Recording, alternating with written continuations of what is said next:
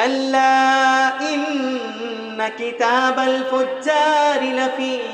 سجين وما أدراك ما سجين كتاب مرقوم ويل يومئذ للمكذبين الذين يكذبون بيوم الدين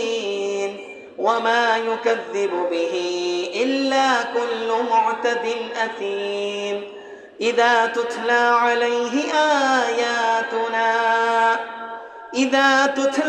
عليه آياتنا قال أساطير الأولين كلا بل ران على قلوبهم ما كانوا يكسبون كلا